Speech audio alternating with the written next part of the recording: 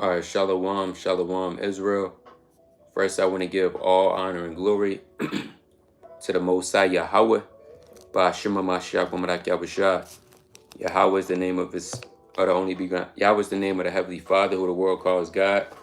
And Yahushua is the name of his only begotten Son, who the world only calls Jesus Christ.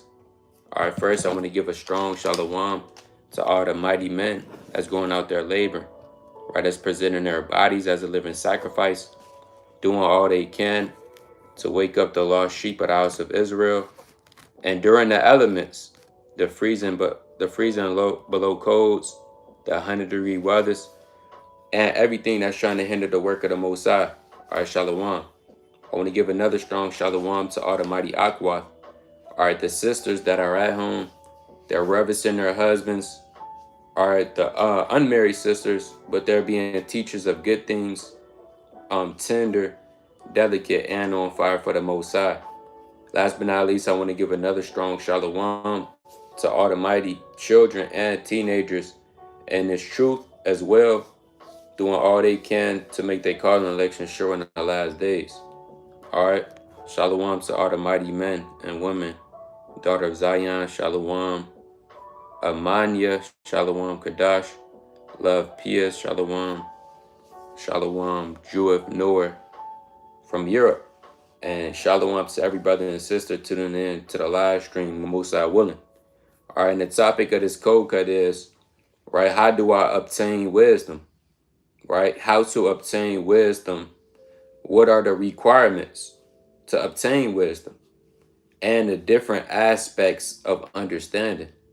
All right, now wisdom is not, contrary to popular belief, wisdom is not just you knowing the breakdowns and them saying that's just all wisdom is. It's the in-depth breakdowns, the in-depth mysteries, the secrets, the riddles.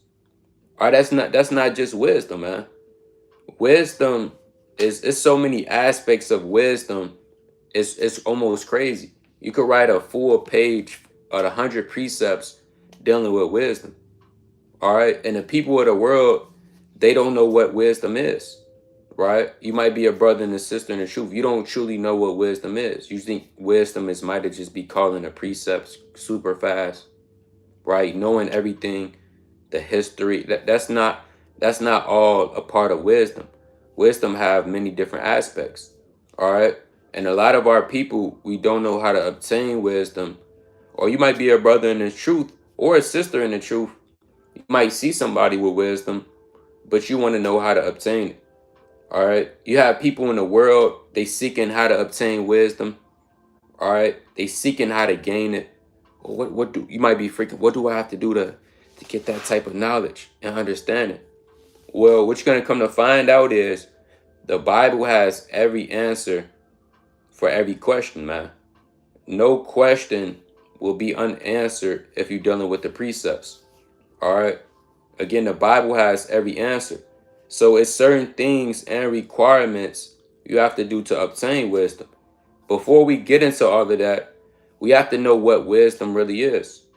All right. Wisdom is the spirit created by the Most High God, given to man so you can be able to have knowledge of the Most High and ultimately magnify his name. All right. Wisdom is not a literal woman. You have certain men thinking wisdom is a literal woman. You have, I know Christians, they teach that the Most High and wisdom, they marry, man. And wisdom is mother wisdom. That's literally the Most High's wife. And the Most High don't have a wife, man. Right? He's the Most High. He don't need nobody. So first, before you obtain something like that, you have to know what this is, man. And we love talking about, I love talking about this, man. Right? I don't like always talking about the destruction of Esau, the destruction of the other nations. Hey, one of the things I like to talk about is wisdom, knowledge, and understanding, because she's a loving spirit created by the Most High God. All right. So first we have to know what wisdom is. Right. Let's kick it off with the book of Proverbs, chapter 8. Right. Let's first kick it off. Let's kick it off with the book of Proverbs, the 8th chapter. I want to get this precept in the book of Proverbs, chapter 8. and verse number, let's just get straight to the point. It's a lot of precepts. It's a good chapter too. I'm gonna start at verse 12. This Proverbs, actually, Slakia, let me actually kick it off with the book of Sirach, chapter 24. All right, Salakia for that. I'm gonna get that next, but let's kick it off with the book of Sirach, chapter 24 and verse 1. This is the book of Sirach, chapter 24 and verse 1. It says, wisdom shall praise herself, and shall glory in the midst of her people. In the congregation of the Most High shall she open her mouth and triumph before his power. So when you read Sirach, the 24th chapter, when you read Proverbs, the 8th chapter, you might read Job, the 28th chapter. These different chapters in the Bible, it all links up and is going into how wisdom was created and how she came about. Now, so when you read Sirach, the 24th chapter, it's given an in-depth account of actually who wisdom is and how she came about. All right, let's read on. Verse number 3, Sirach 24 and 3. I came out of the mouth of the Most High and covered the earth as a cloud. So wisdom came out of the mouth of the Most High. Wisdom don't just come from you being old. A lot of people think just because you have gray hairs in your beard, your hair might be gray, you automatically associate it and you have knowledge. No, the Most High created wisdom. When the Most High spake his word, right, and the word being Yahushua created everything you can see and you can't see. All right. So wisdom, the Most High created wisdom. Man didn't create wisdom, right? A woman didn't create wisdom. Wisdom is a spiritual spirit, for lack of better terms, created solely by Yahweh Ba'ashem Yahushua. All right, let's read on verse 4. I dwell in high places, and my throne is in a cloudy pillar. I alone compass the circuit of heaven and walk in the bottom of the deep, in the waves of the sea and all the earth, and in every people and nation I got a possession. Right?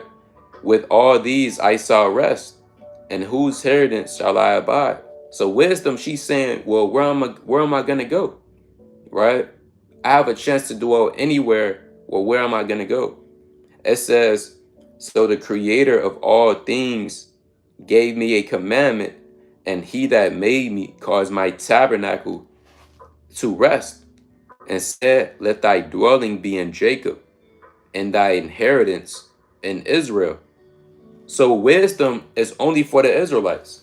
Wisdom is not dealing with any other race or any other nation. All right, wisdom is not dealing with is not with the Africans. It's not with the so-called white man. Well, righteous wisdom. The so-called white man, he has wisdom on the left-hand side. He's wise on the evil side. But wisdom on the righteous wisdom, that's not dealing with the Chinese man. It's only resting in the place of Israel. I'm going to read on. Verse 9. It says, he created me from the beginning, before the world, and I shall never fail. So wisdom was actually created before the world began. If you wanted to know anything about her and the spirit, it's all in the scriptures. You just got to search the scriptures to see whether these things are so. So the Most High created wisdom before the world began. All right, reading on, it says, in the holy tabernacle I served before him, and so I was established in Zion. Likewise, in the beloved city he gave me rest, and in Jerusalem was my power. It reads, it says, and I took root in an honorable people, even in the portion of Lord's inheritance. I was exalted like a cedar in Lebanon, and a cypress tree upon the mountains of Hermon. See that? So wisdom was created before the world began. Before the mountains was created, before the sea was created, before the animals were created, right? Before the trees were created, before the elements was actually put together, right? When you go into it, a wisdom was here before the world began. So before you obtain or find out how to obtain wisdom, You will have to know something about it. You can't just say, well, yeah, I want wisdom. It looks good. Well, brother, you don't know anything about the spirit. You want to get that background information, for lack of better terms, on the spirit of wisdom. And she has a deep history. We just read that she was here before the spirit, the Most High created that spirit before the world began. And ultimately, he created that spirit to be with certain men before the world began. So when they come on the earth, they already inclined to the spirit of knowledge and understanding. All right. Let's go to Proverbs chapter 8. Right? Let's go to the book of Proverbs chapter 8. Right? It's the book of Proverbs chapter 8 and verse number 21. Proverbs chapter 8 and 21, dealing with wisdom. It says, that I may cause those that love me to inherit substance, and I will fill their treasures.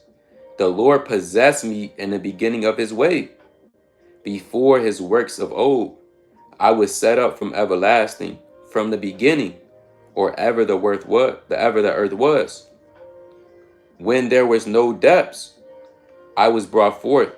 When there were no fountains abounding with water, before the mountains were settled, before the hills was I brought forth. While as he yet had not made the earth, nor the fields, nor the highest part of the dust of the world. When he prepared the heavens, I was there. When he set a compass upon the face of the depth. So again, a wisdom was there when the heavens were created, man. Again, these chapters is giving an in-depth account of the background information, again, for lack of better terms, how wisdom came about. It says, when he established the clouds above, when he strengthened the fountains of the deep, when he gave to the sea his decree, that the water should not pass his commandment, when he appointed the foundations of the earth. So a wisdom was here when the Most High gave a decree to the sea. That's why when you on a beach, the waves only come up so much, then they go back down. That's because the Most High set a bound of the waters that it cannot pass. Right? That's Job chapter 26 and 10. So when the Most High do give a decree for the waters to pass, hey, that's when you might have a flood. So, hey, that's deep in itself when you think about it. Wisdom, she was there. It says, it says, then, verse 30, then was I brought by him. It says, then I was by him as one that brought up with him. I was daily his delight, rejoicing always before him. See that? So this thing get deep, man. Next time you think about wisdom, brother, stop always thinking about 2nd Ezra chapter 11 and 12. You scratching your head, you trying to find out, what is this talking about? Brother, that's one aspect of wisdom.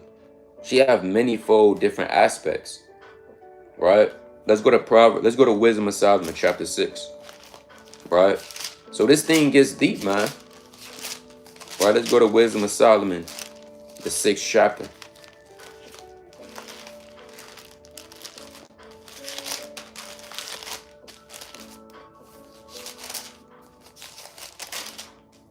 It's the book of Wisdom of Solomon, chapter 6, and verse number 20. Right? Wisdom of Solomon, chapter 6, and verse number 20. And it reads, therefore the desire of wisdom bringeth to a kingdom. If your delight be in the thrones and scepters, O ye kings of the people, honor wisdom, that ye may reign forevermore. As for wisdom, what she is, and how she came up, I will tell you. Right? And that's what we going over today. We going over how wisdom came up, how she came about. Well, we gonna tell you what's going on, man.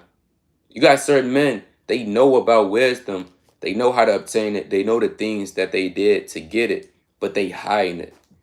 They saying, no, this for me and my generation, right? And my kids and my kids' kids.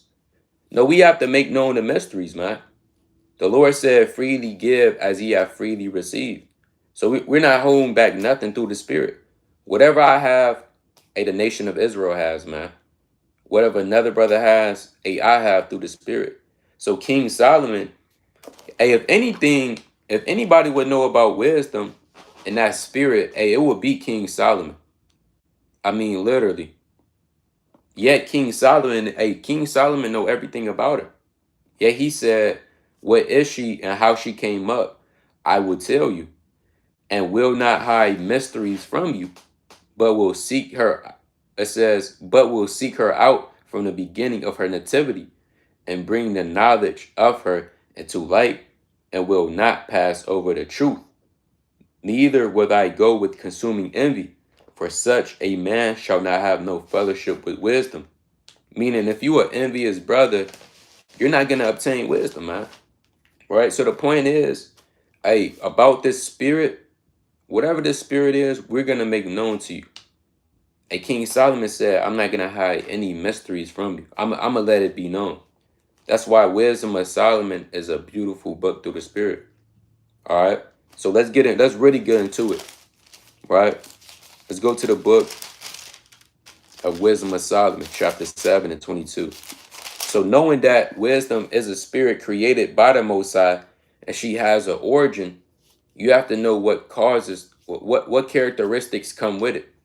All right. And in wisdom, when you read the Bible, wisdom is personified as a woman. Any woman, let's say if you're a man, any woman that you would want to be with, you don't just want to be with her because what you hear or what you see. You want to get to know this person first, right? Only a fool would get with a woman he doesn't know anything about. Next thing you know, he's just with her. Then come to find out she's not really made for him. So now he's regretting the things that he's done. Before you get with something, you have to know what's about this. What's the different aspects that she has, right? What's some things that she could teach you? All of this is very imperative dealing with this spirit. All right, let's go to Wisdom of Solomon, chapter 7, and verse number 22. All right, let's go to Wisdom of Solomon, chapter 7, and verse number 22. It says, for wisdom, which is the worker of all things, taught me, for in her is an understanding spirit. So you know off bat, wisdom, she's an understanding spirit. Without wisdom, you're not able to understand the Bible, man. You can't understand who you are, how you won't even be able to understand if you're an Israelite without the spirit of wisdom. Why? Because in her is an understanding spirit. It says, holy, meaning wisdom is a set apart spirit. The word holy just means to be set apart. She's a set apart spirit. She's not like these evil spirits out here, man, or any other spirit. She's set apart. It says one only, manyfold, right? And it's describing the characteristics that she has. Subtile. So not only does wisdom have a Holy Spirit, but she has a subtile spirit, man. She could teach you subtlety and how to move, right? That's why when you read 1 Samuel, David, when he was going to the king of the Gath, he knew how to move, man. He knew how to operate. He started spitting in his spirit. Next thing you know, they didn't even touch David. Or likewise with Abraham. It says lively, clear, undefiled, plain, not subject to hurt, loving the thing that is good, quick, which cannot be lettled, ready to do good, kind to man. She's kind to man, steadfast, sure, free from care, having all power, overseeing all things, and going through all understanding, pure and most subtle spirits, man. Right? So all of these characteristics is equated with wisdom. So now you get to know her a little bit, man. This what she could teach me. All right, Jake go get with a woman. She don't have no social skills. She can't teach him anything. She don't have no character. She don't even have no self-discipline, no self-control. Now he's stuck stupid. And with wisdom, she could teach you a lot. She could teach you how to praise the Most High, how to serve him more, how to be on fire. She might give you the secrets, right?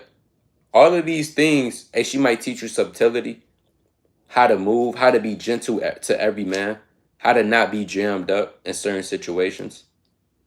All of this is equated with the spirit of wisdom, right? Let's go to Wisdom of Solomon, chapter 8 and verse number 7, right? Let's go to Wisdom of Solomon, chapter 8 and verse number 7. It says, and if a man love righteousness, her labors are virtues, for she teacheth temperance. So wisdom, she actually teaches things, man. Right? What does she teach? Temperance. What is temperance? You go into that definition of temperance is having self-control, behaving yourself, right? Controlling yourself. A lot of brothers and sisters, you don't have temperance. A temperance is one of the fruits of the spirit. Wisdom, she's gonna teach you temperance. She's gonna tell you, hey, be calm down.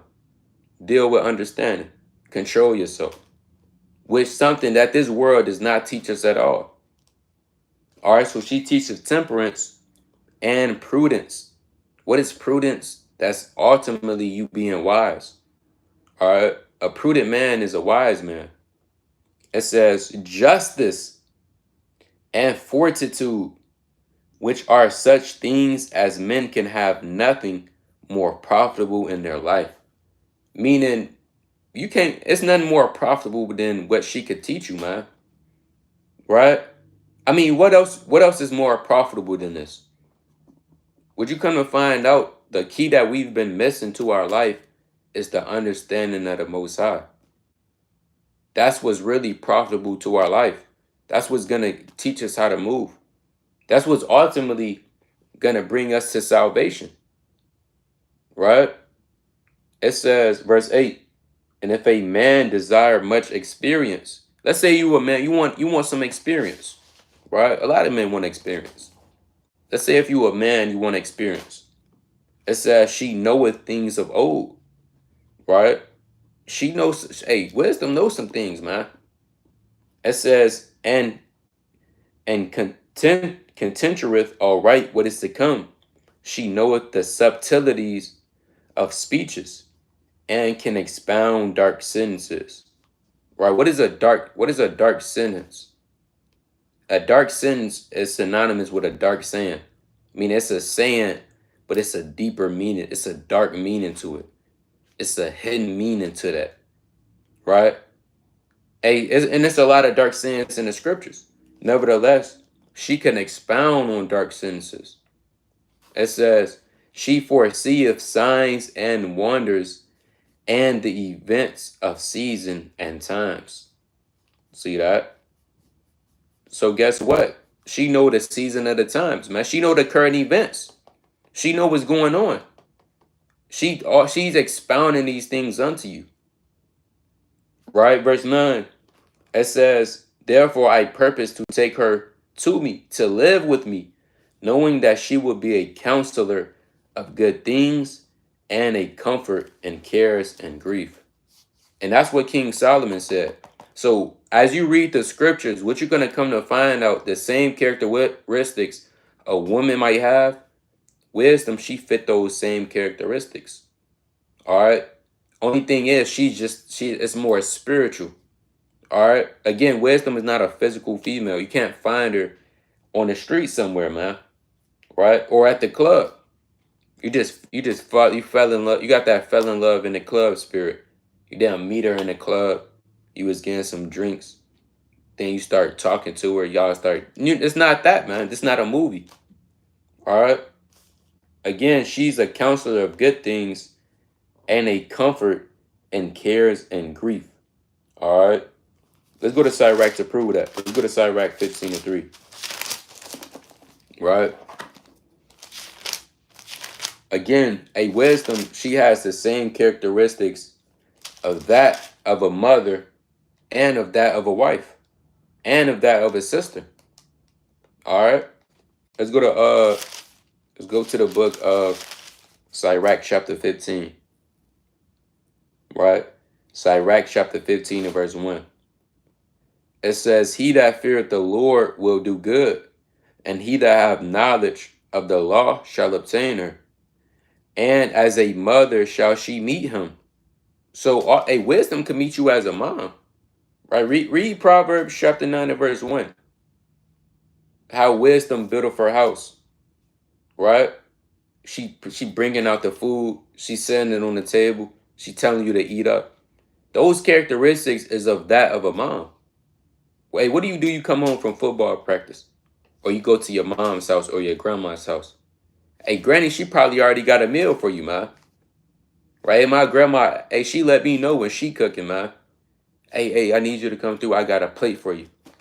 I'm like, all right, grandma, I'll be over there.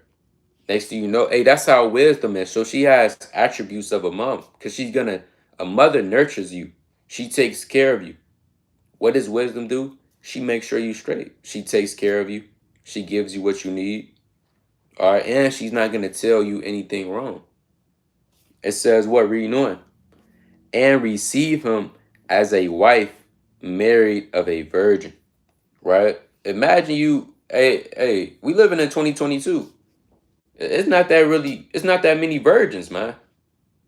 Right? I'm led to believe the ratio between women that's had sexual intercourse and as virgins is very, very slim.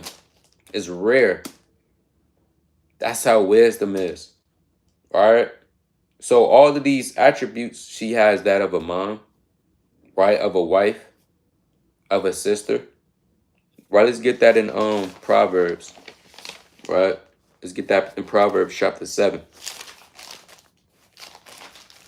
Right. Let's get that in the book of Proverbs chapter 7 and verse number 3. I'm gonna start at verse 4.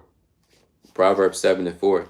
Say unto wisdom, thou art my sister, and call understanding thy kinswoman. Right? So chiefly, if you're a man, a wisdom, she will be known as your wife or as your mom. And if you're a woman, wisdom would be known, if you're a sister in the truth, wisdom would be known as your mom or your sister. All right? These the different aspects of her and what she's and what she's about, man. All right? Like we said, hey, I love talking about this. It get me excited. Right? There's nothing that get me more excited than talking about wisdom, not your understanding. Right? So let's go to the book. Let me see what I want. Let's go to the book of John.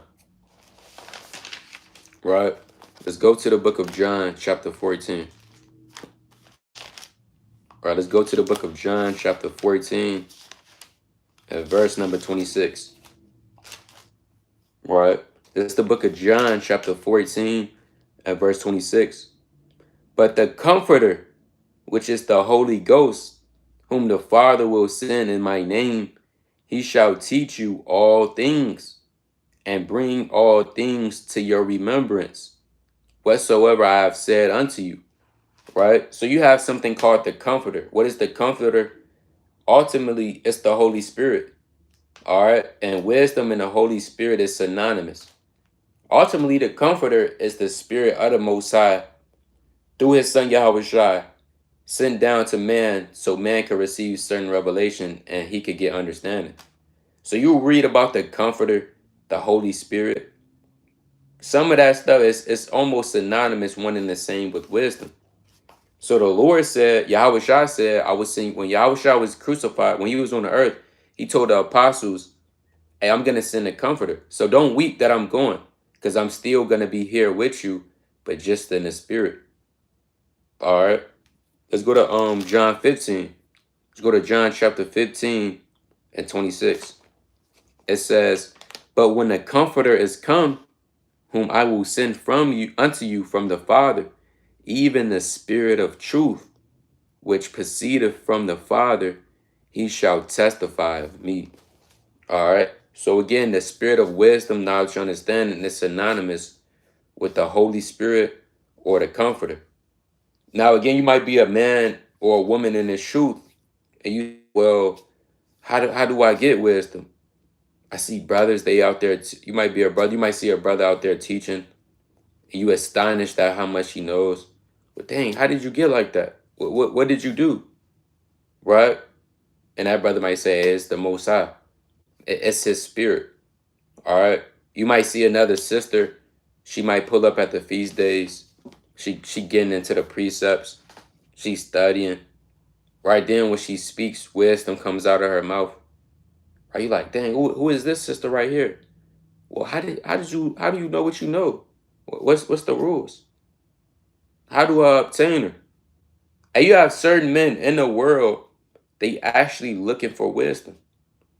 They beating on their chest, they ripping their shirt off, they asking the Most High, give me wisdom. Where is she at? All right. Again, the Bible has every single answer for every single question. Let's go to Luke chapter 11. Right. So one of the first requirements to obtaining wisdom and understanding, let's go to it. Let's go to Luke chapter 11. It's the book of Luke chapter 11 and verse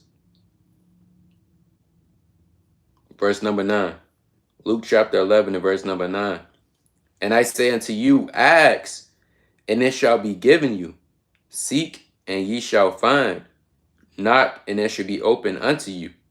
For everyone that asketh receiveth, and he that seeketh findeth, and to him that knocketh it shall be opened. The Lord said you have to ask, man. Right? Again, you have men in the world, they asking, but they don't even know that they asking. Right? You brothers know what I'm talking about. And you was probably searching. You was asking Most High, what's the truth? Right? What is the truth out there? You probably looking for it in Islam, but it wasn't there. Then you probably go to tarot card readings, but it wasn't there. Then you probably was so-called spiritual, messing with them rocks and them chakras, then it wasn't there. But you was asking, you was seeking. That's one of the first steps. All you have to do is ask and seek, man. Right? With your whole heart.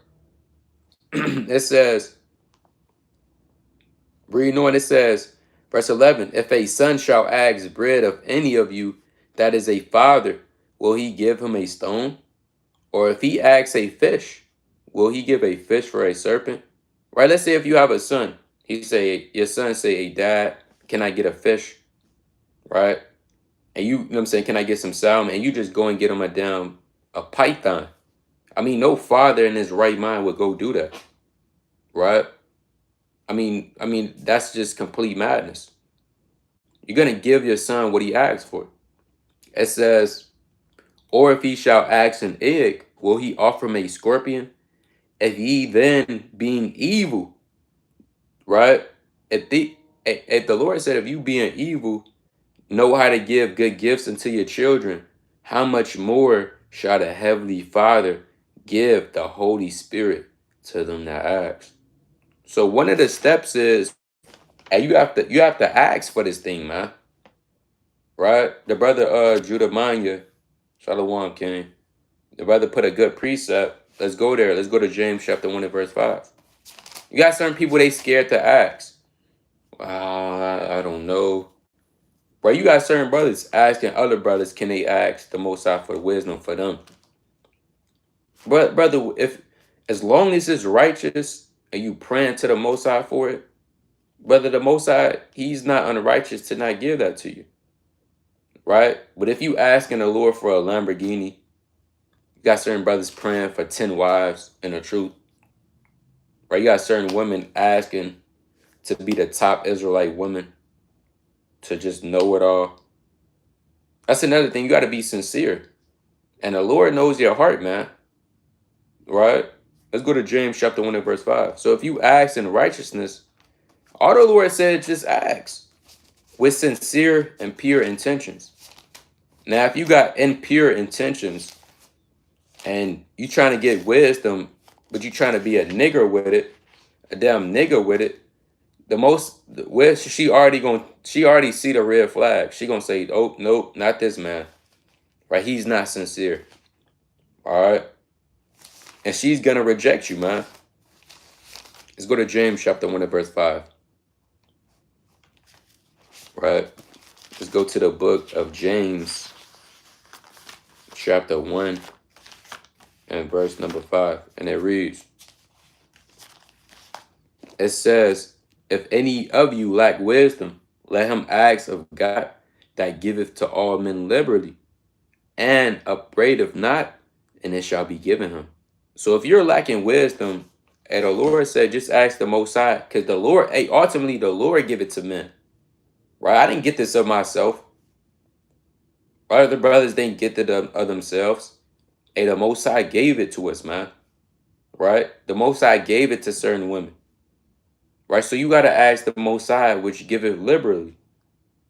It says, verse 6, but let him ask in faith, nothing wavering. For he that wavereth is like a wave of the sea, driveth with the wind and tossed. See that? You want to ask in faith. You don't want to be that sister, Most High. I mean, if you want to give me wisdom, if you want to, it's on you. No, you ask in faith, man. If you really want that, you don't want to be that brother. Well, Most High. I mean, yeah, I want faith, but no, I'm just playing. I ain't gonna say that, brother. The Lord not hearing that prayer, right? Talking about I'm just playing. You have to ask in confidence and faith and believe. It says what? Verse 7. For let not that man think that he shall not it says, for let not that man think that he shall receive anything of the Lord. Because you're not going to receive nothing if you're not asking in faith, if you don't believe it. A double-minded man is unstable in all his ways. So when you do ask, you want to ask in faith and sincerity, out of a pure heart. Whether that's to teach, you might want it just to teach the people, to edify the sheep. You might just want it to serve the Most High, right? You might be a sister. You might want it to teach the younger women, to teach your children. You have to ask in faith and sincerity, right? Let's go to the book of Proverbs chapter 2 and verse 1, right? Let's get another quick precept on that. Let's go to Proverbs chapter 2 and verse number 1. This Proverbs chapter 2 and 1. My son, if thou wilt receive my words and hide my commandments with thee, so that thou incline thy ear unto wisdom and apply thy heart to understanding. Yea, if thou criest after knowledge and lifteth up thy voice for understanding. So you gotta cry for knowledge, man. You can't just ask one time and you expect the Most High to give it to you. When you read the men in the Bible, and you might even ask certain brothers, they might tell you, man. I know this one brother, he told me for him to come into the truth and receive the knowledge he has, he said he was in the shower crying. He was begging to the Most High. Right? He said he was banging on his chest. I'm not going to say the brother's name, but he said he was beating on his chest, screaming to the Most High for wisdom. Then the Most High gave it unto him. Right? So you got to really want this thing, man. You got to get in there. Hey, Jake could do anything for a woman that he want. Right? He'll damn get her number, try to talk to her. Then after that, you damn stalking her. You trying to see where she stay. Then coincidentally, you just so happen to see her again at a damn coffee shop. Right? Knowing that you seen her go there, she always go there, and you just so happen to go in there just so you could talk to her. Right? Hey, that's how you got to be with wisdom, man. Right? So, Solomon said you got to cry after knowledge. And wisdom, she crying out in the streets. Right? She uttering her voice. Right? That's Proverbs chapter 1 and 20 on down. Right? It says what? Read knowing, if thou seekest her as silver and searchest for her as for hid treasures. When was the last time Jake searched for some treasures? Right? Jake don't even believe treasures is real. He think that's made up. Right? When was the last time you searched for some treasures? Right? Jake loses his car keys. He ready to give up. Stop looking for it. If you want wisdom, you gotta cry out, man. You gotta get into this thing. Gotta put on sackcloth. You might have to throw ashes on your head. You might have to scream as loud as you can to the Most High. You gotta get into this thing, man. It says, then thou shalt understand the fear of the Lord and find the knowledge of God. For the Lord giveth wisdom. Out of his mouth coming understanding, knowledge and understanding. He layeth up sound wisdom for the righteous. He is a buckler to them that walk uprightly. See that? So again, ultimately, the Most High gives it, but you got to search this thing out, man. Let's go to some accounts. Let's go to the book of First Kings, right? Let's go to the book of First Kings, chapter 3, right? This is the book of First Kings, chapter 3, and verse number 5. It says, in Gibeon, the Lord appeared to Solomon in a dream by night. And God said, ask what I shall give. It says, ask what I shall give thee. So the Most High appeared to King Solomon in a dream. He said, whatever you want, just ask. I'm going to give it to you. Verse 6. And Solomon said, thou hast shewed unto thy servant David, my father, great mercy, according as he walked before thee in truth, and in righteousness, and in uprightness of heart with thee. And thou hast kept him for this great kindness. Thou hast given him a son to sit on his throne, as it is this day. And now, O my Lord, O Lord my God, thou hast made thy servant king instead of David my father. And I am but a little child. I know not how to go out or come in. Right? And thy servant is in the midst of thy people, which thou hast chosen, a great people that cannot be numbered nor accounted for multitude. This is what King Solomon said. Give therefore thy servant an understanding heart to judge thy people, that I may discern between good and bad. For who is able to judge this thy so great a people? So Solomon, instead of asking for the most riches, because Solomon, he could have asked for all of the gold. Imagine the Most High come to you in a dream. He said, whatever you want, I'm going to give it to you. A lot of brothers, you would just freak off, man, and just start getting covetousness. It's just start asking for everything. I'm led to believe it's a brother in the nation of Israel. He'll ask for a bag of ruffles, right? It's brothers that's out there that'll do that, man. One brother asked for a bag of ruffles. Then another brother, he asking to be a bodybuilder, that the Most High give him some muscles, right? Then another brother asked for 15 wives, right? Then another sister, she asked for a husband. Then it's just folly. Hey, Solomon, he asked for wisdom so he could judge the nation of Israel. It says, and verse 10, and the speech pleased the Lord, that Solomon had asked this thing. And God said unto him, because thou hast asked this thing, and hast not asked for thyself long life. Right? A lot of brothers, you will ask, hey, Most High, let me live as long as Methuselah, 969 years. Let me live as long as Adam. Let me hit 1,000 years, Lord. Hey, Solomon, he didn't ask for that, man.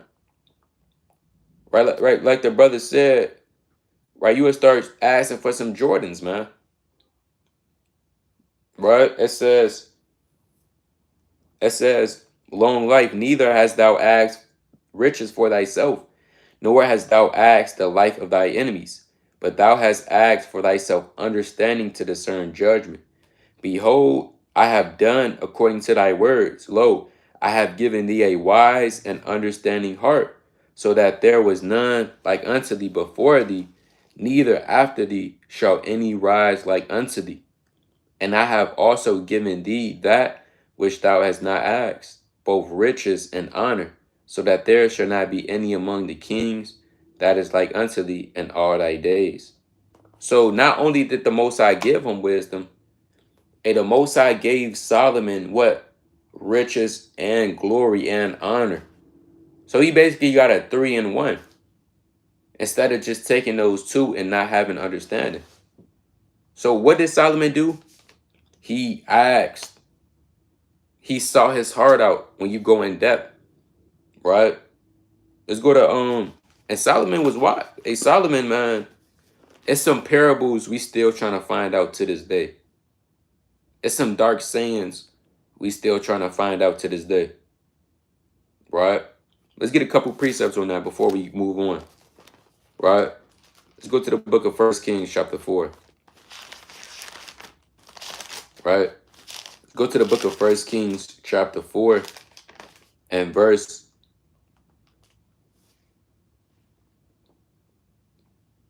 29.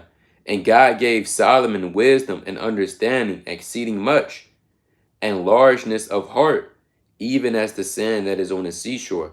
And again, keep in mind, Solomon asked for wisdom so he could judge the children of Israel.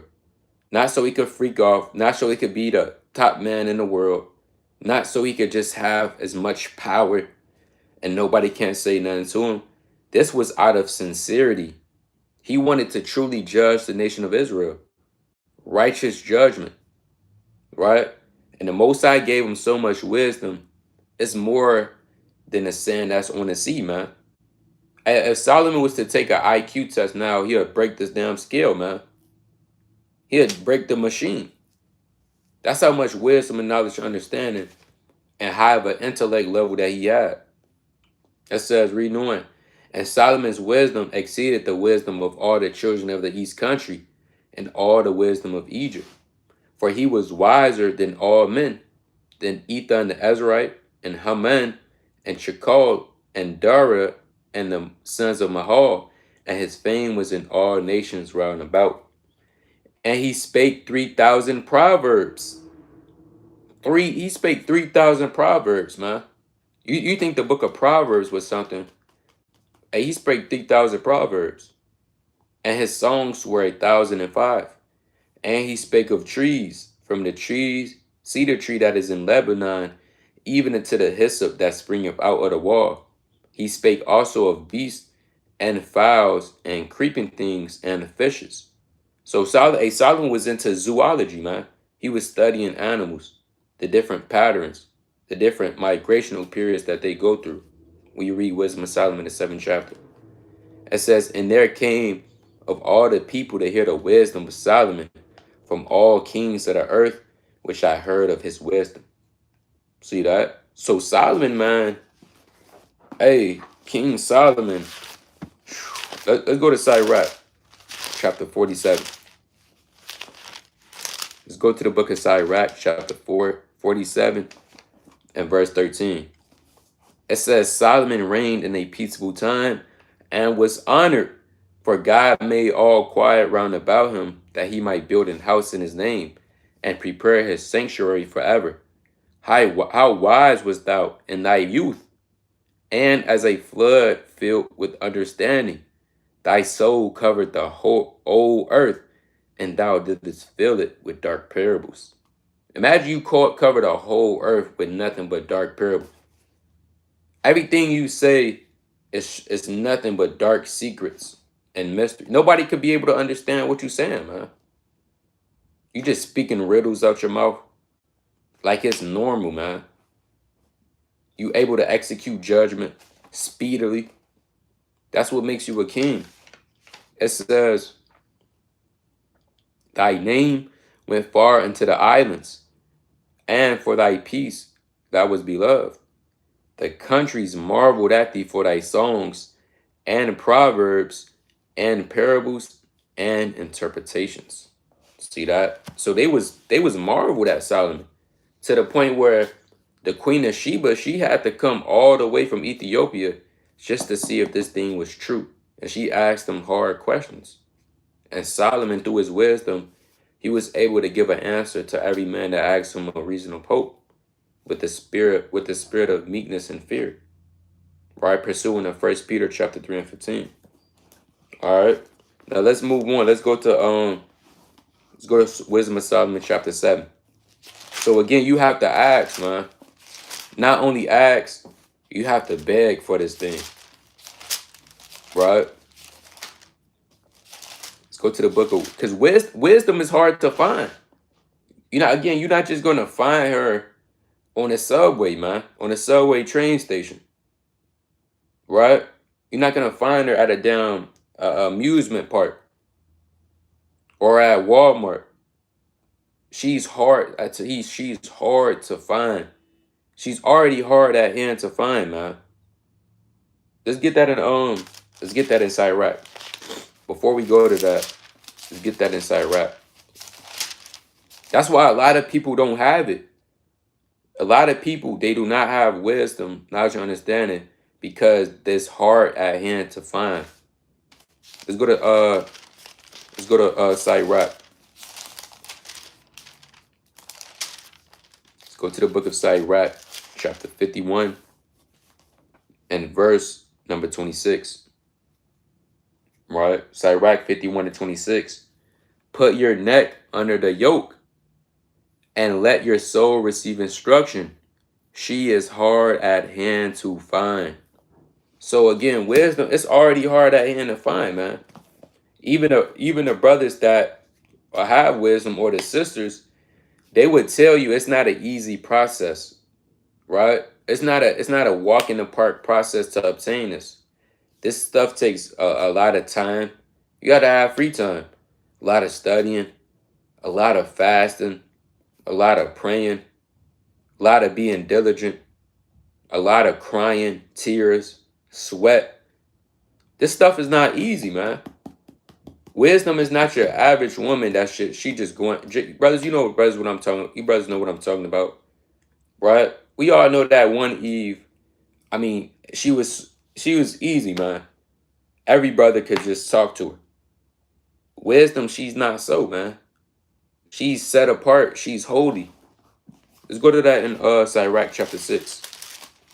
Right? Wisdom is not friendly, man. You got Eve out here, she just friendly. She just talk to any brother. Smile in their face. Say shalom. No, wisdom, wisdom, she's antisocial. She's not a people person. Alright? She's by herself.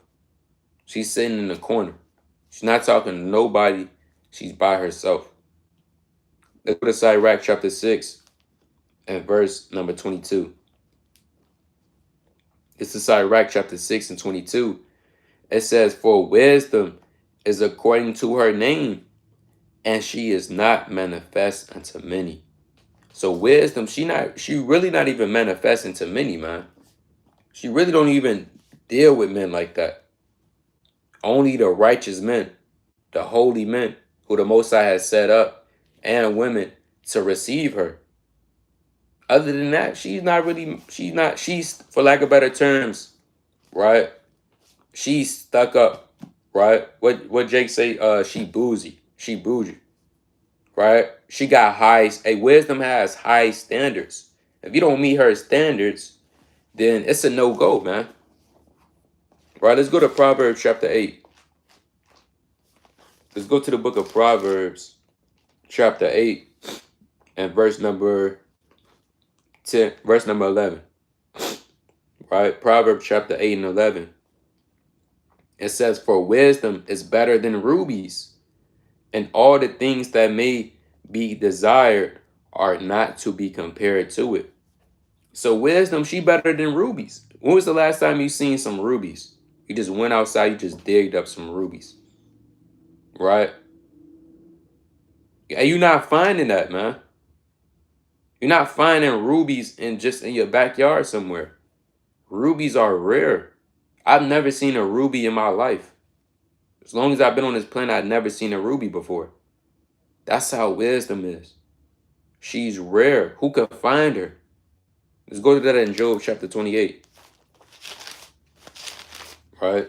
Go to that in Job chapter 28. Right? Quick precepts on that. This Job chapter 28. And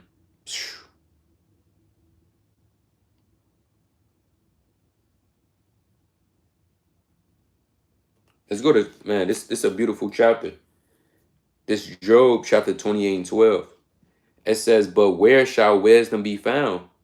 And where is the place of understanding? Meaning, hey, where is she at? Right? Let me know something. I'm trying to find out. It says, man knoweth not the price thereof, neither is it found in the land of the living. Right? You living in the land of the living, man.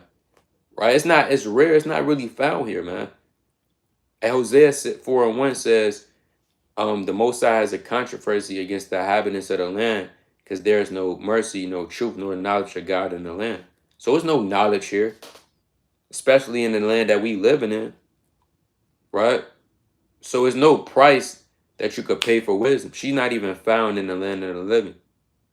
It says, verse 14, the depth said, it is not in me, and the sea said, it is not with me.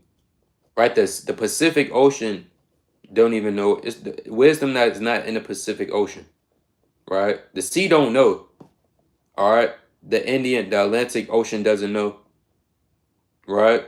It says, verse 15, it cannot be gotten for gold, neither shall silver be weighed for the price thereof. It cannot be valued with the gold of Ophir, with the precious onyx, or the sapphire. The gold and crystal cannot equal it. If you know anything about the gold of Ophir, that's where King Solomon got his gold from. And that's some good gold, man. Yet you still can't find wisdom can't be compared to the gold of Ophir. It says, the gold and the crystal cannot equal it, and the exchange of it shall not be for jewels or fine gold. No mention shall be made of coral or of pearls, for the price of wisdom is above rubies. See that? Job 28:18, the price of wisdom is above rubies. It says, the topaz of Ethiopia shall not equal it, neither shall he be valued with pure gold. Whence cometh wisdom? And where is the place of understanding? And as you read down, you're going to start to find out the fear of the Lord, that is wisdom. And that apart from evil is understanding. So again, when you seeking and you praying, you have to go as hard as you can to obtain this.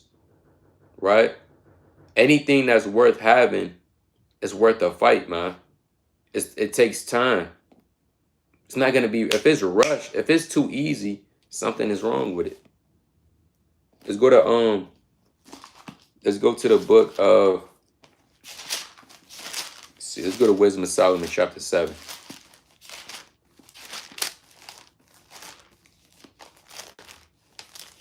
All right.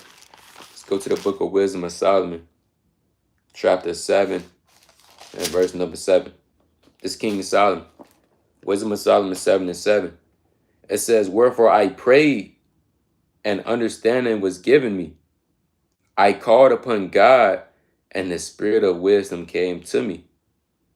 I prefer her before scepters and thrones, and esteem riches nothing in comparison of her. So again, King Solomon, he said, I prayed, man. Right? I asked the Most High. I cried out. Again, you had certain sisters, they was crying out for wisdom, man. Seeking for the truth. Ultimately, this truth is the wisdom on a deeper level. If you have this truth, you have wisdom. But it's different stages of wisdom. We're gonna go into that later on. Nevertheless, again, Solomon said, I prayed, man. Right? Let's go to the book of Sirach. And these are, if any man would know about wisdom, it would be it would only be a King Solomon would know. Job, he would know. Sirach, he would know. Right? David, he would know. Right? Let's go to Sirach chapter 51.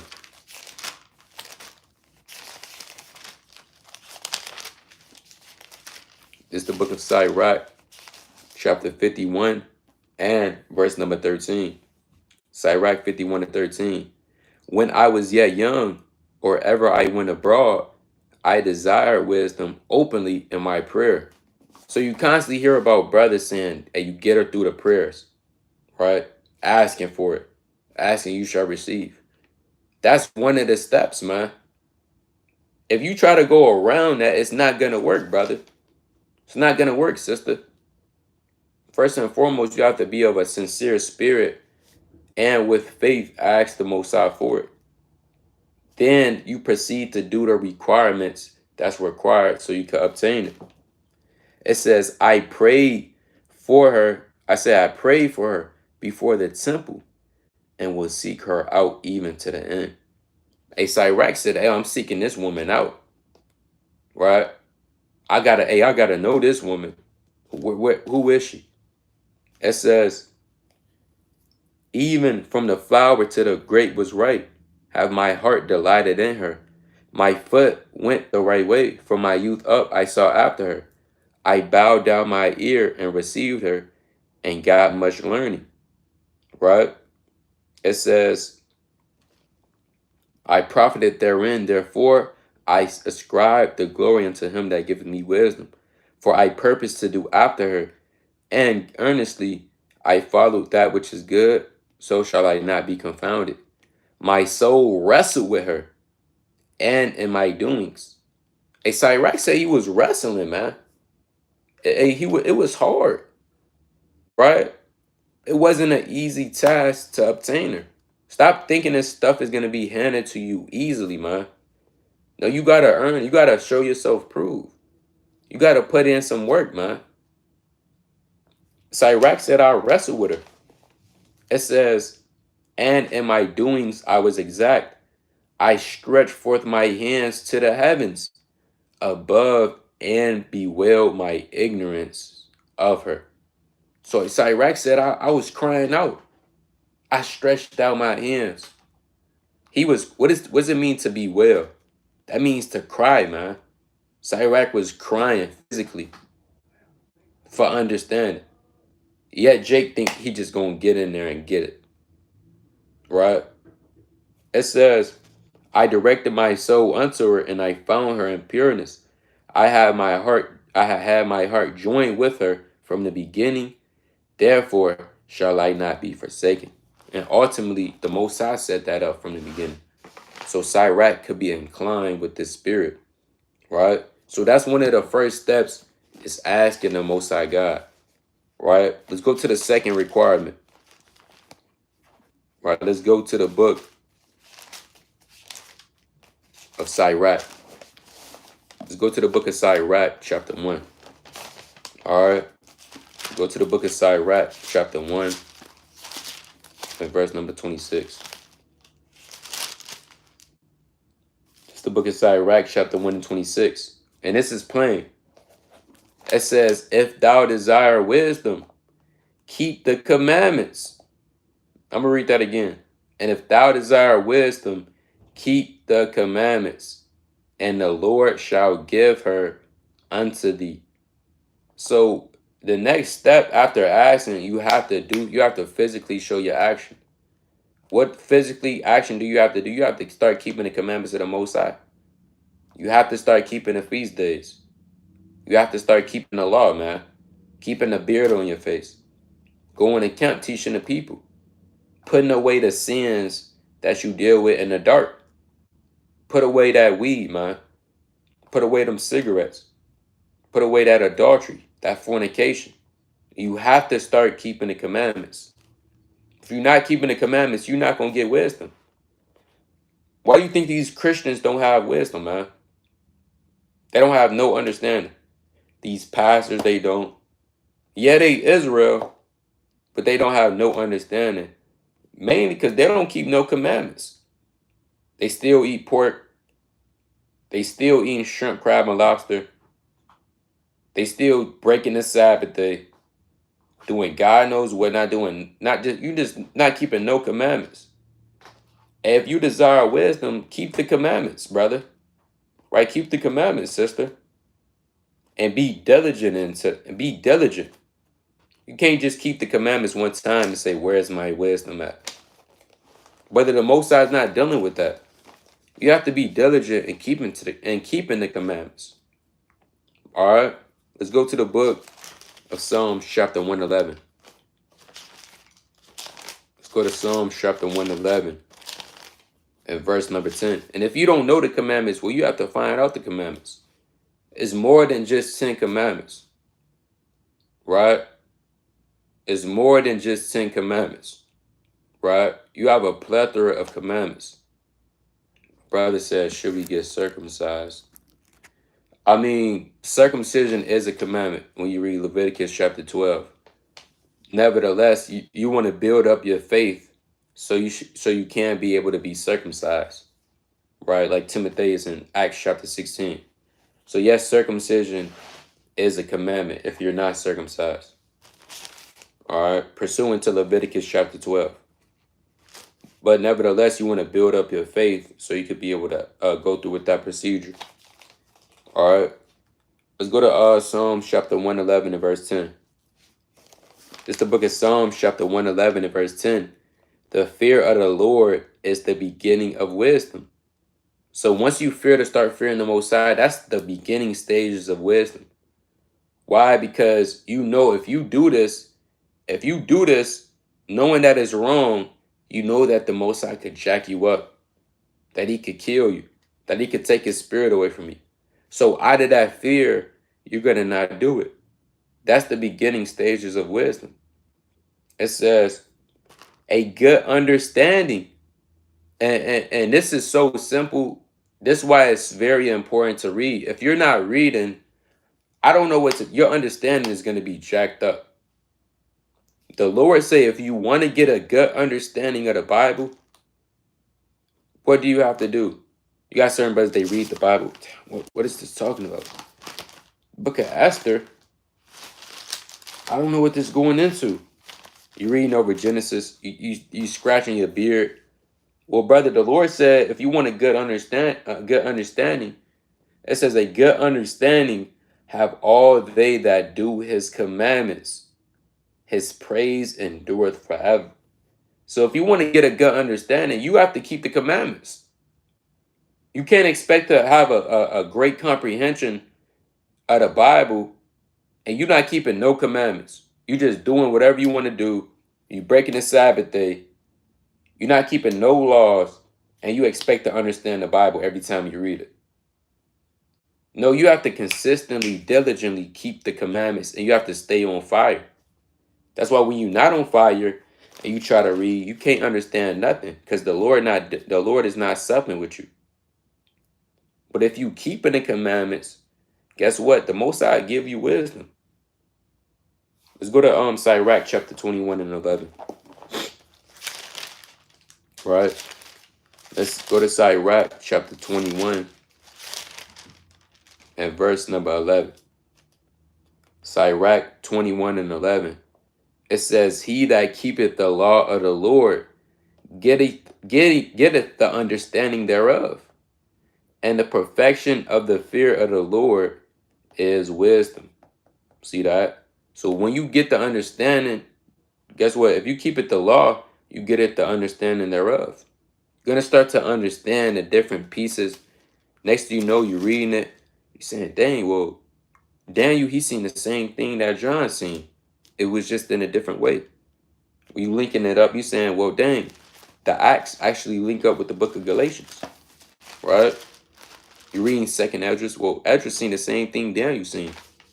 You're starting to link it. Or Isaiah, or Zechariah, he was living during the time of Haggai the prophet. That's interesting. You start getting that understanding, man. All because you're what? You're keeping the Most High's commandments.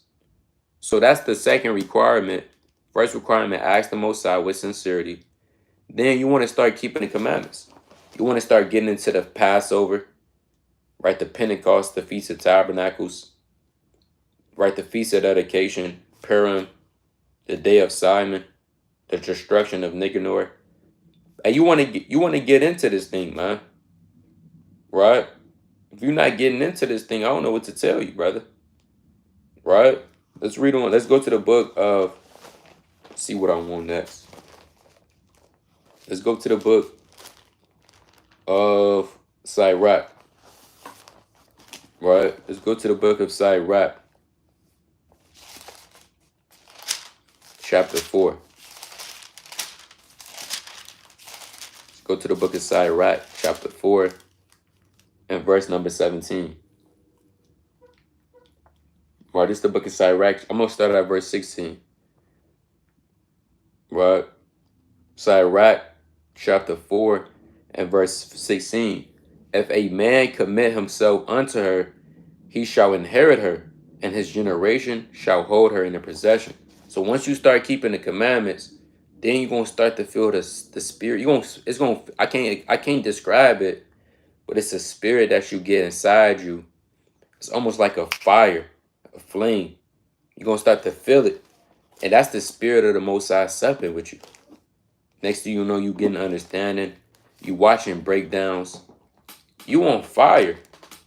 While you taking notes down, you didn't watch whatever YouTube channel you watch. You didn't watch all their videos. You waiting for the next video to come out. Right then, when is they gonna upload again? Right, you waiting till they upload their next video.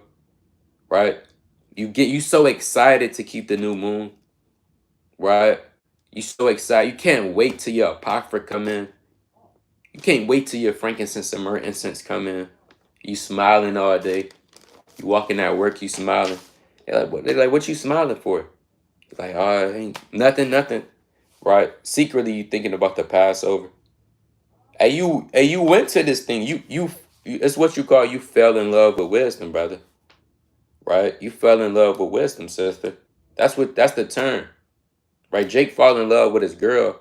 He started getting butterflies in his stomach. Right? He can't stop talking to her. He got his damn legs up on the wall, upside down on the phone with her. Right? Right? You brothers know what I'm talking about. And that's how you gotta be with wisdom. You have to ask for it, keep the commandments. Now you gotta start commending your works unto her. Right? It says, verse 17, reading on. For at the first she will walk with him by crooked ways. Meaning she may start feeling, but she's gonna walk with you by crooked ways, meaning she not gonna just let you in. So she might give you a little bit of something. That might be Deuteronomy 28. Then she might give you what? She might give you the Gospels of Yahweh. Then she might start giving you certain things on the book of Genesis. But she ain't give you everything yet. That's how, even physically speaking, that's how a physical woman is. No woman, a righteous woman, not a righteous woman, she's not just going to let you in her house on the first date. Right? That's not happening. You might have to wait 2 weeks, 3 weeks. You might have to wait a month. Right? Maybe 3 months to come in her house. Right? That's how wisdom is. She's not going to give you everything. She's going to give you bits and bits. Because she got to still try you. She got to see if you sincere. It says, reading on, verse 17, for at the first she will walk with him by crooked ways and bring fear and dread upon him and torment him with her discipline. What does it mean by wisdom is going to torment you with her discipline? Meaning she gonna lay the discipline down, man. She gonna give you certain. You got these laws is hard. So, for example, it might be a law that you have to keep your beard. By wisdom giving you discipline, the Most High is gonna put you in a situation so where your boss might say, well, if you want to work here, you gotta cut your beard off. Now, if you cut your beard off, brother, you're gonna lose wisdom. She gonna say, oh yeah, this man, I knew he wasn't right. But if you keep your beard, you don't say, no, I'm not dealing with that. The Most High said we got to keep our beards. Next thing, wisdom, she going to be like, okay, this man really serious. Because she got to prove you, man. She got to try you. That's her discipline.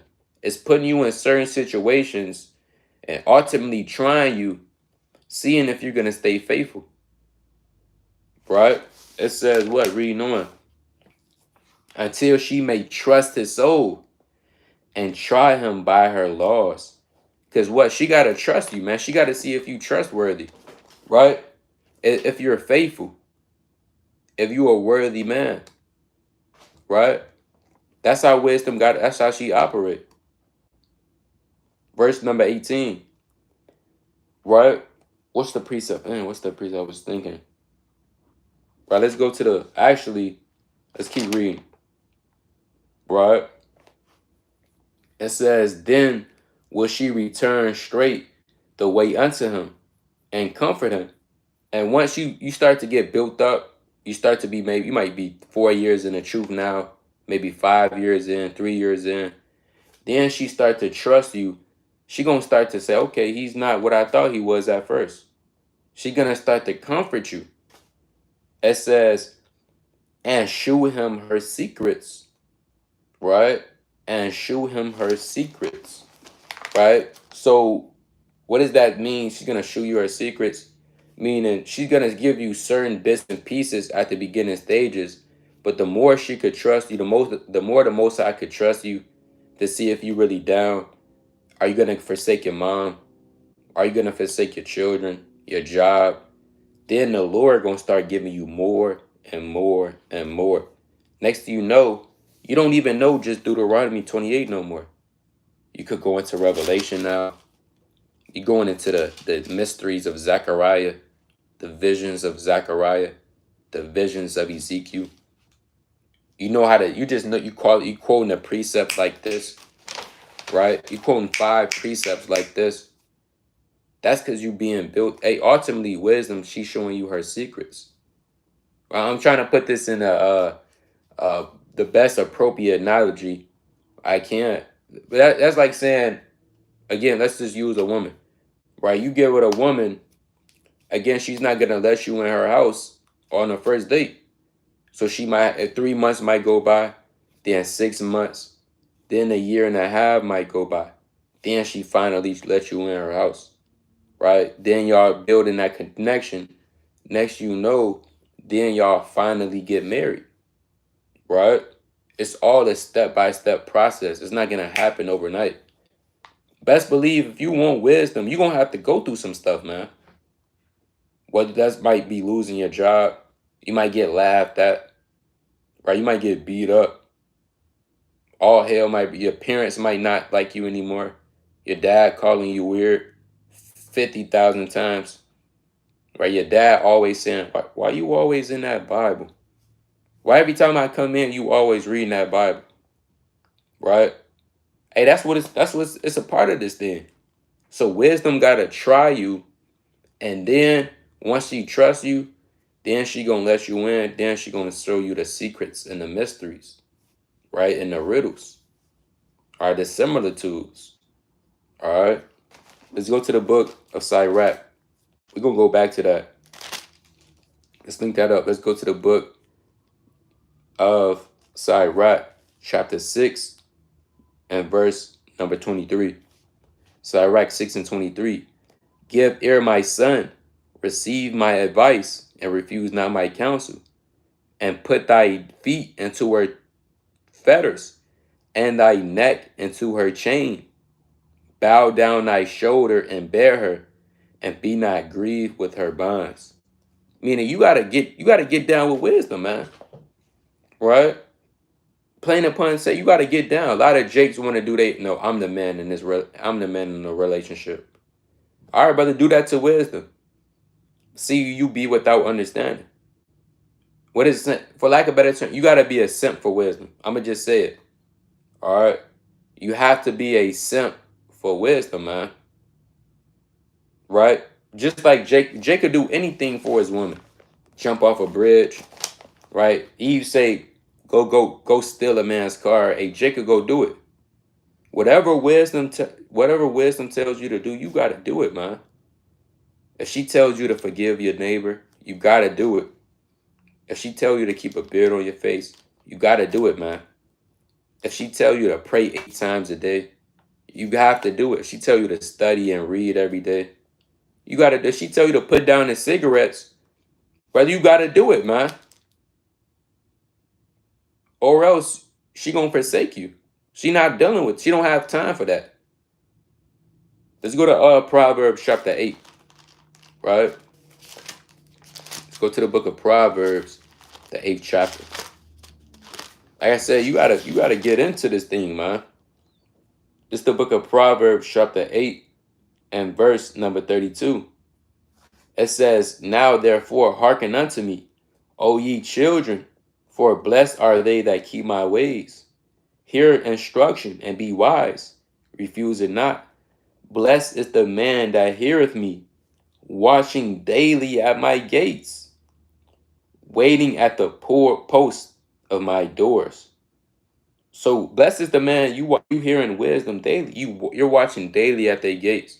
Now the world would say, well, that's stalking. That's considered stalking. Well, we gonna say you gotta stalk wisdom, man. You have to be a simp. You have to stalk her. You have to be obsessed with her, right? You gotta be ravished in the love. What is that synonymous with? Meaning you hearing her, you hearing the breakdowns constantly, right? You watching the videos.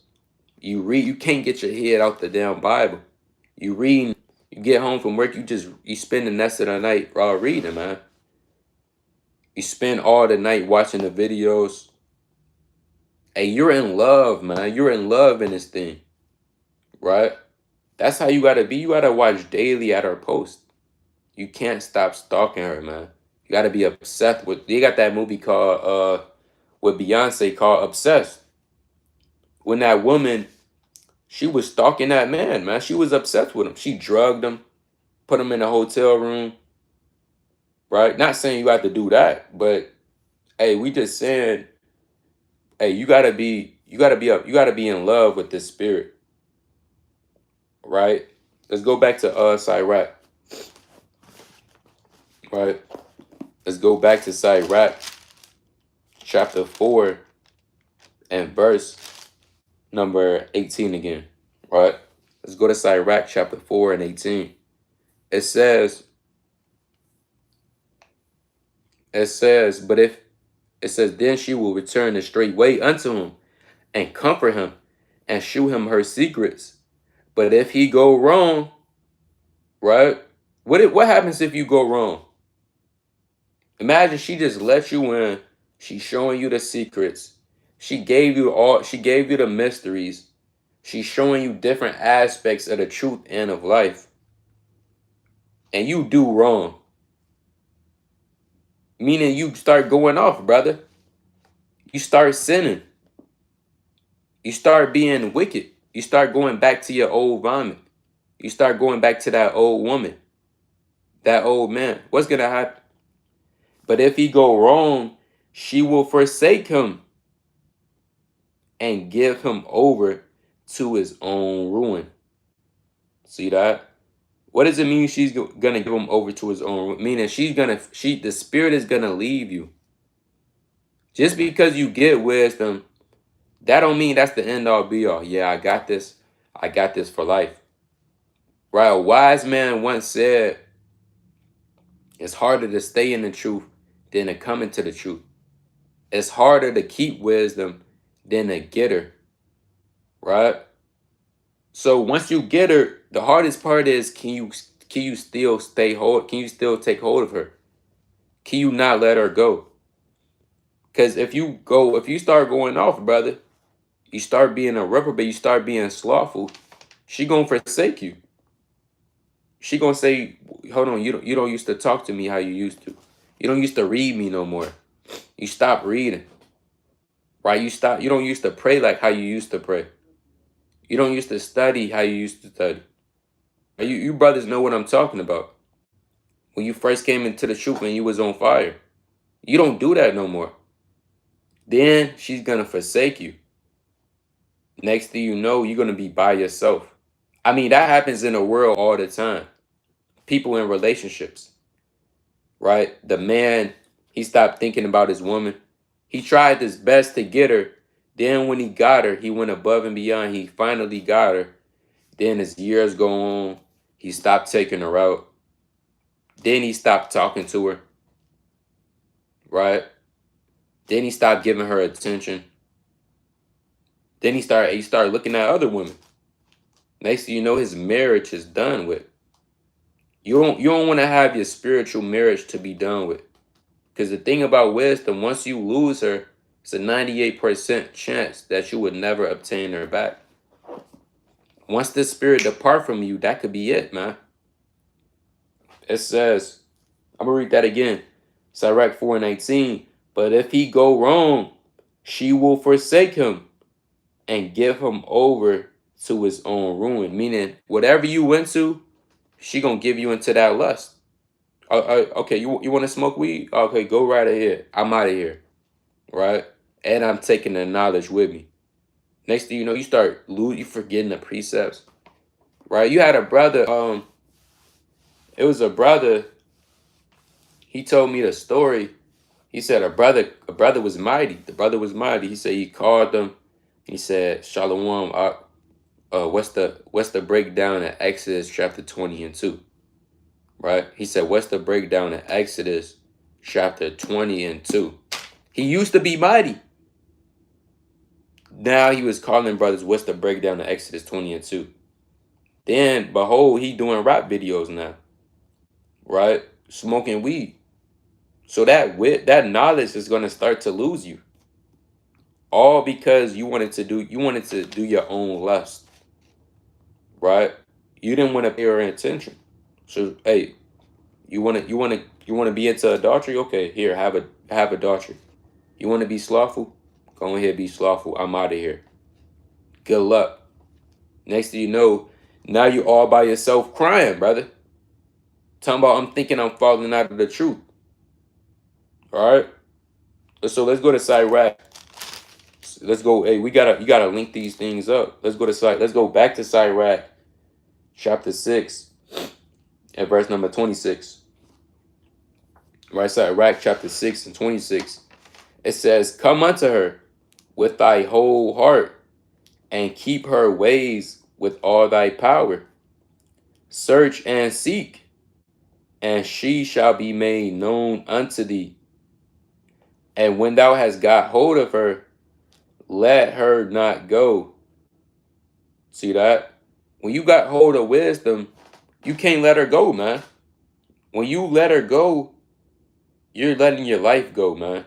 You're going to ultimately be destroyed, right? You're not going to make it.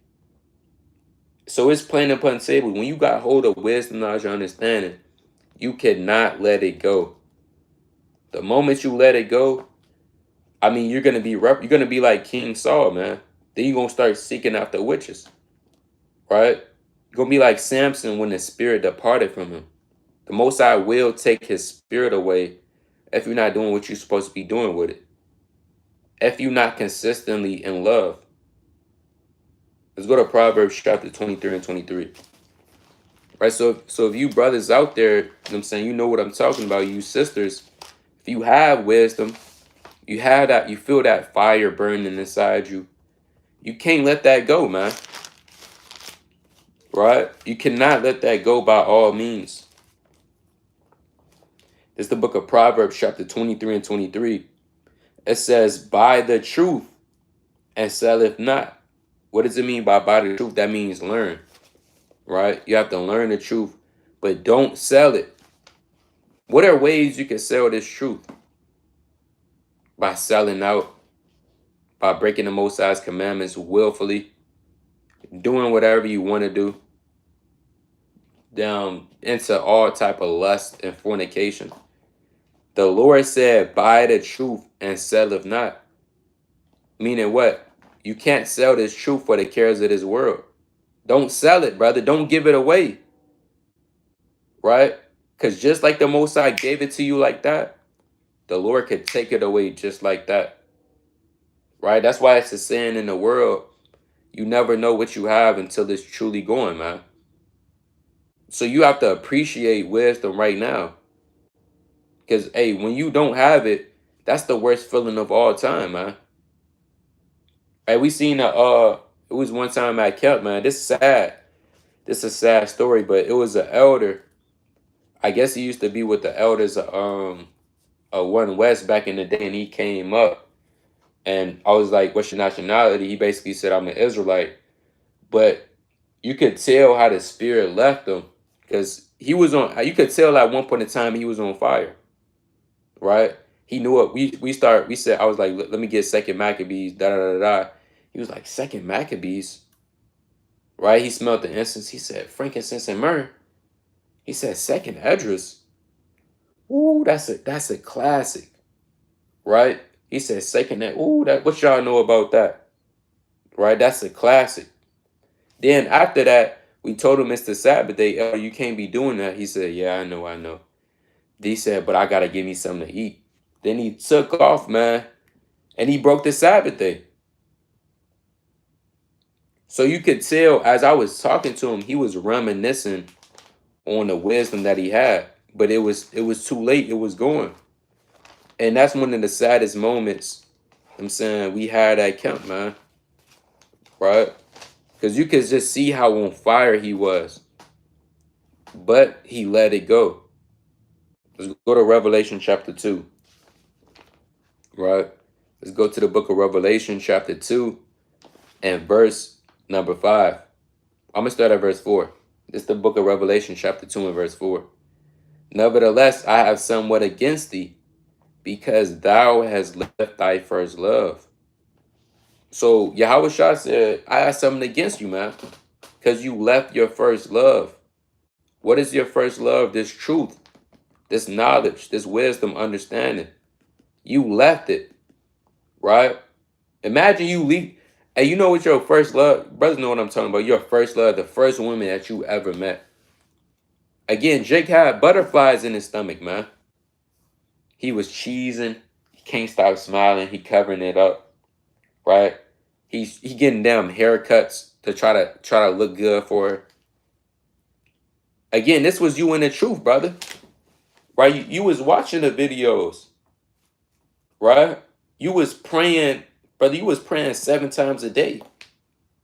You was on fire, right? You got that feeling of butterflies every time you open up the book of Deuteronomy, right? You was crying. You probably you was crying reading the book of Nehemiah, man. Reading the book of 2nd Maccabee. You probably shed a tear. Hey, you was into this thing. What happened, brother? Right? What happened, sister? You're going to come to find out you left your first love, man.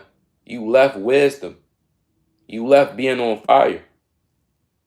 It says, verse 5, remember therefore from whence thou art fallen, and repent, and do the first works, or else I will come unto thee quickly, and will remove thy candlestick out of its place, except thou repent.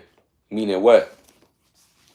The Most High will take wisdom away from you if you do not repent and get back on fire. Let's go to Wisdom of Solomon chapter 1 and 4. Don't think the Most High won't do this. I mean, we've seen it time and time, man. Right? Do not think that the Most High won't do this. It's the book of Wisdom of Solomon chapter 1 and verse number 4. I'm gonna start at verse 3. Wisdom of Solomon chapter 1 and verse 3. For forward thoughts separate from God, and his power, when it is tried, reproveth the unwise. For into a malicious soul wisdom shall not enter, nor dwell in a body that is subject to sin. So if you start being subject to sin, wisdom is not going to do it. She's going to leave you. She's going to depart from you. And you might not even know it. You might think you on fire. Yeah, I'm finna go to camp, man. We finna have a mighty camp today. Next thing you know, you stutter. You can't even get words out of your mouth, man. You losing, you forgetting the precept. You asking brothers, what's that precept, right? Because you damn forgot it. You've been doing God knows what. A wisdom, she don't enter into a malicious soul. Neither does she dwell in a body that's subject to sin. So if you always sinning, right, you just always going off. A wisdom, she not dwelling with you, man. Just straight up and down. She not dealing with you. She's only dealing with the righteous. The man that's diligent. The man that's on fire. The man that's going to seek her out even into the end. Like Sirach said in Sirach chapter 51. Verse 5. It says, for the Holy Spirit of discipline will flee deceit and remove from thoughts that are without understanding, and will not abide when unrighteousness cometh in. See that? So wisdom, she gonna flee you. She gonna get up out of there, man. Every time you're not thinking about her, you're not thinking about the precepts, you're not meditating, she's gonna leave you. You're thinking about sports. Thinking about them Netflix TV shows. You're thinking about how to just relax and take days off in the truth. Thinking about your job too much. She will leave you, man. Do not think wisdom won't leave you. If you don't, you're gonna be in. We just gonna say you're gonna be in for a rude awakening, brother. Right? So once you have hold of wisdom, don't let it go. It's not worth it. Or you're gonna be up and you're gonna be mourning, man. You're gonna be like the man in Songs of Solomon, the 5th chapter. Right? Let's go to that. Let's go to Songs of Solomon. Right? Let's go to the book of Songs of Solomon. Hey, this is one of my favorite books in the Bible, man. Songs of Solomon. Right? Let's go to the book of Songs of Solomon. It's a beautiful story through the Spirit. It's the book of Songs of Solomon, chapter 3, and verse number 1. Right, let's run through this. We're not gonna do an in-depth breakdown on it. Right? I just want to get these few points. Right? This Songs of Solomon, chapter 3, and verse 1. By night on my bed I sought him whom my soul loveth. I sought him, but I found him not. I will rise now and go about the city in the streets, and in the broad ways I will seek him whom my soul loveth. I sought him, but I found him not. Meaning what? You seeking for the truth. You seeking for Yahweh Shai, the knowledge. But you can't find him. You sought him in Islam. You sought him in Buddhism. You sought him in the Catholic Church. But you just didn't find him. It says, verse 3, the watchmen that go about the city found me, to whom I said, saw ye who my soul loveth? Who are the watchmen? Those are the men on the highways and byways. So that man, he actually went about the streets and went to the servants of the Lord. He went to the watchmen and started asking and inquiring of the knowledge of Yahweh Shai, of the Most High. It says, verse 4, but it was a little that I passed from them, but I found him whom my soul loveth. So then, after you start, meaning, you know how Jake is, we tell Jake, what's your nationality? He said, I'm an Israelite, then he keep it moving. Then, hey, that man said, hey, I saw who my soul loveth. Meaning what? He found the truth. He first met wisdom. These are the beginning stages of falling in love with wisdom. It says, I held him and would not let him go until I brought him into my mother's house, into the chamber of her that conceived me. So this man was on fire. He said, hey, I'm not letting this thing go, man. Y'all tripping. Right? Now, let's go to Songs of Solomon 5. Let's go to verse 2. Let me start at 1, man. Songs of Solomon. Again, we're not going to do a whole in-depth breakdown. Right? Most are willing, we can do that for another day. But I'm getting the points that I want in here. This Songs of Solomon chapter 5 and 1. I am coming to my garden, my sister, my spouse. I have gathered my myrrh with my spice. I have eaten my honeycomb with my honey. I have drunk my wine with my milk. Eat, O friends, drink, drink abundantly, O beloved. All of that represents the wisdom, knowledge, and understanding, right? Because the milk, you have the honey, you have the wine, which represents the deeper things in the scriptures. So he's eating up spiritually. The Lord said in Isaiah chapter 55 and 1, come ye buy milk without price. Come buy wine and milk with no money. Right? It says what? Verse 2, I sleep, but my heart waketh. It is the voice of my beloved that knocketh, saying, open to me, my sister, my love, my dove, my undefiled, for my head is filled with dew. And that voice that's knocking, that's Yahweh Shai. He's knocking at your door, meaning he's knocking at your mind, man. Pursuing the Revelation chapter 3 and 20. It says, my head is filled with the dew, and my locks with the drop of the night. Verse 3, I have put off my coat. How shall I put it on? That coat represents the old man. Once you put that old man off, and you're not supposed to put it back on, man. That filthy, nasty coat. So he said, I have put off my coat. How shall I put it on? I have washed my feet. How shall I defile them? My beloved put his hand in the hole of the door. My bowels removed from him. Meaning this man was getting butterflies. He was ready. He was ready for Yahweh Shai to sup with him. It says, verse 5, I rose up to open to my beloved, and my hands dropped with myrrh, my fingers with sweet smelling myrrh upon the handles of the lock. I opened to my beloved, but my beloved have withdrawn himself. It said he withdraw himself, meaning he ran, he got up out of there. Imagine, hey, you coming home from work, you ready to get into the precepts. You just got done going off earlier today, but you try to cover it up. Then you try to come home, all right, let me get into this. Then you trying to read, then the spirit of understanding leave you. Then you trying to call upon the name of the Most High. You forgetting the name of the Lord. That's because the Lord forsook you, brother, because you was going off. You was being lukewarm. You wasn't being on fire. It says, I opened to my beloved, but my beloved have withdrawn himself and was gone. My soul fell when he spake. I saw him, but I could not find him. Meaning you trying to seek for him, but you can't even find him, man. Like, what the hell is going on? You rubbing your head, you crying, you screaming. It says, but I could not find him. I called, but he gave me no answer. The watchmen that went about the city found me. They smote me. They wounded me. Meaning the servants of the Lord, they got on him, man. Right? They checked him through the spirit. It says, and the keepers of the wall took my veil from me. I charge you, O daughters of Jerusalem, if ye find my beloved, tell ye, it says that ye tell him, I am sick of love. See that? And that's a sad way to go out, man. Imagine you was on fire. I don't know how many times I could say it, man. You was on fire, brother. You was on fire, sis. So you had that flame. You was joyful in serving the Most High. But you let it all go. Why? For your own lust.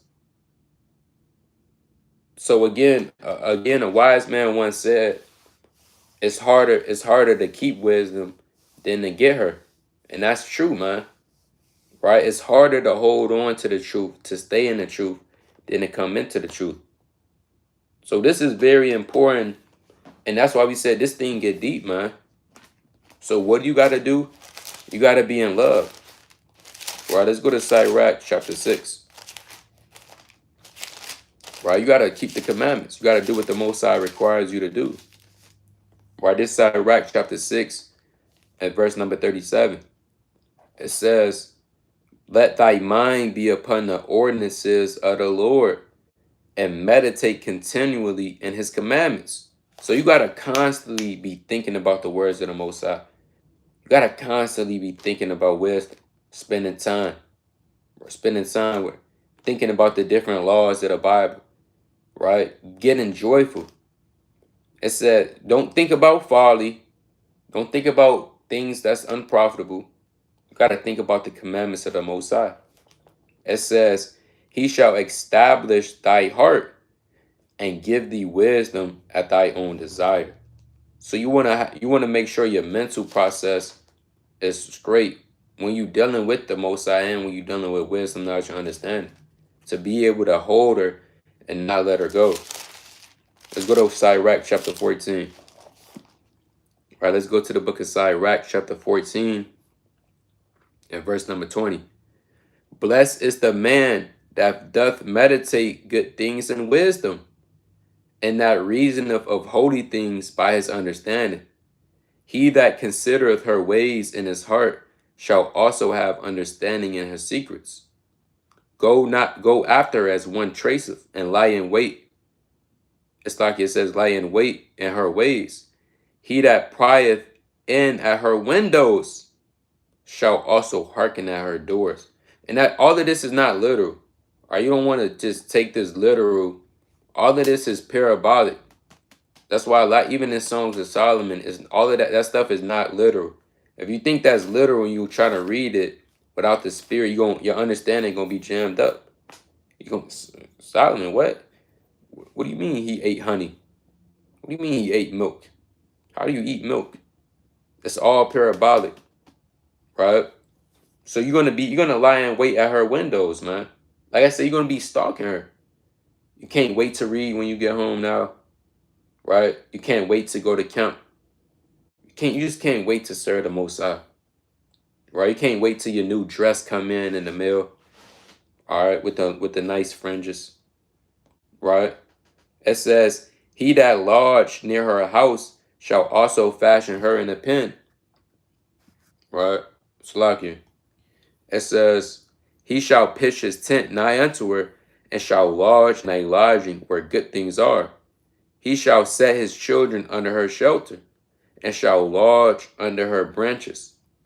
By her he shall be covered from heat, and in her glory shall he dwell."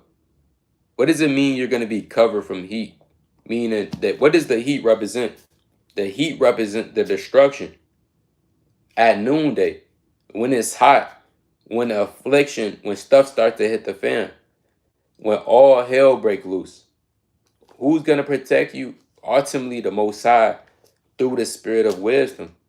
Because now you're going to know how to operate. That's why the Lord said, let's go to Isaiah chapter 33 and 6. Right, let's go to the book of Isaiah chapter 33 and verse 6, the classic. Isaiah chapter 33 and 6.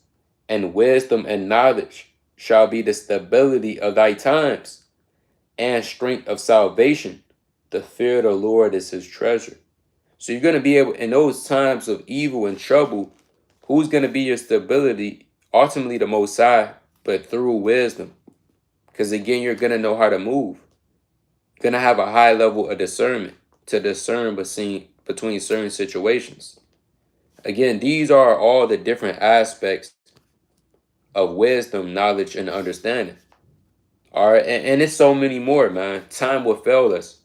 Right? You got Wisdom of Solomon, the 8th chapter, Wisdom of Solomon, the 6th chapter, the 7th chapter, the 9th chapter, even the 10th chapter. You got Job chapter 28. You got Proverbs, the whole 8th chapter, Proverbs, the 6th chapter, Proverbs, the 2nd chapter. Right? Even Proverbs, we didn't go over it. You got Proverbs, the 9th chapter. Right? It's so many chapters dealing with wisdom, man. It stuff get deep. Right?